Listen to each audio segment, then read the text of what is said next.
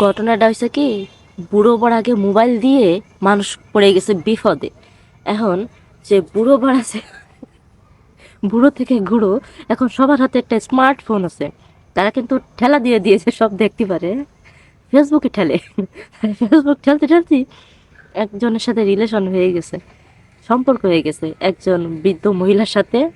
তার হাজব্যান্ড মারা গেছে। তো সম্পর্ক হয়েছে, সম্পর্ক হওয়ার পরে তা দুইজনের সুখে আদান প্রদান করেছে, যে বলেছে যে আমার এইরকম বিয়ে হয়েছিল, এটা সব কিছু জানে তারা।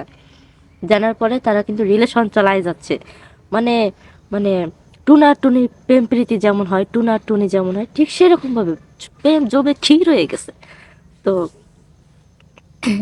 এরা প্রেম করেছে, করার পরে এখন সেই বুড়ো, বুড়ো তো ছেলে মেয়ে আছে, আর ওই বুড়ির তো ছেলে মেয়ে কেউ নেই। এখন দেখবে কিটা, বড় ক্যান্সেল, তা বর মরে গেছে। তারপরে কি করলো, তো ওই যে বুড়ো বা ওই যে বৃদ্ধ, তার ছেলে মেয়ে আছে, তাদের তো যা যার বিয়ে হয়ে ছেলে মেয়ে হয়ে গেছে, নাতি নাতনি পোতাপতি সব কিছু হয়ে গেছে। তো এখন ওই যে বিয়ের কথা বলতেছে সেই মহিলাটা, ওই বুড়ি তার বুড়োরে, মানে প্রেমিক তার প্রেমিকারে, না প্রেমিকা, প্রেমিকা তার প্রেমিক রে কইতেছে যে বিয়ে করার জন্য, কিন্তু বিয়ে করতেছে না, বিয়ে করবে না।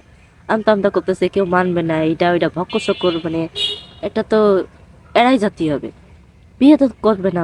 সে প্রেম করবে কিন্তু বিয়ে করবে না। এখন কি করেছে সেই বুড়ি, অর্থাৎ সেই মহিলা, সে চলে গেছে ওই সেই বুড়োর বাড়ি। যাওয়ার পরে সেই জায়গায় যে অন্বেষণ করতেছে, ভাবা যায়? হ্যাঁ, যে যুগে আসে ছোট ছোট পোলা পাইন আমার মতো, আমার কথা বাদ দিলাম, হ্যাঁ, তারা যে অন্বেষণ করতেছে 2 দিন 4 দিন 5 দিন প্রেম প্রীতি করে, 2 মাস 5 মাস প্রেম প্রীতি করে অন্বেষণ করে, সেই জায়গায় একটা বৃদ্ধা মহিলা যায় অন্বেষণ করতেছে যে বিয়ে করতেই হবে, বিয়ে না করা পর্যন্ত তারা ছাড়া আমি বাঁচবো না, বিয়ে তোমার করতেই হবে, বিয়ে করবি না কেন, ওরা তুই ফিরিত করলি কেন, তো বিয়ে করতেই হবে। হুম, ওই বুড়োর কাছে তুই জোর করে হইলেও আমার বিয়ে করতে হবে তোর, তোর মানা লাগবে না, তুই খালি একটু বিয়ে কর, আমার একটু বিয়ে কর। প্রেমে মারা সর। নিউজটা দেখে হাসতে হাসতে আমার পেট ব্যথা হয়ে গেছে। তো ভাবলাম একটু আপনাদের কাছে শেয়ার করি।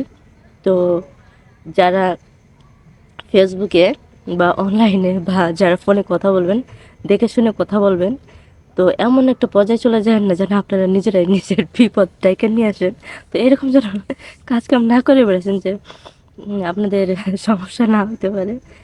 তো যা করবেন ভাইবা চিন্তা করেন। তো এমন কাজ করেন না যেন আপনার মান সম্মান নিয়ে, আপনার লাইফ নিয়ে, আপনার সব কিছু নিয়ে টানা হেঁচড়ানিতে চলে যায়।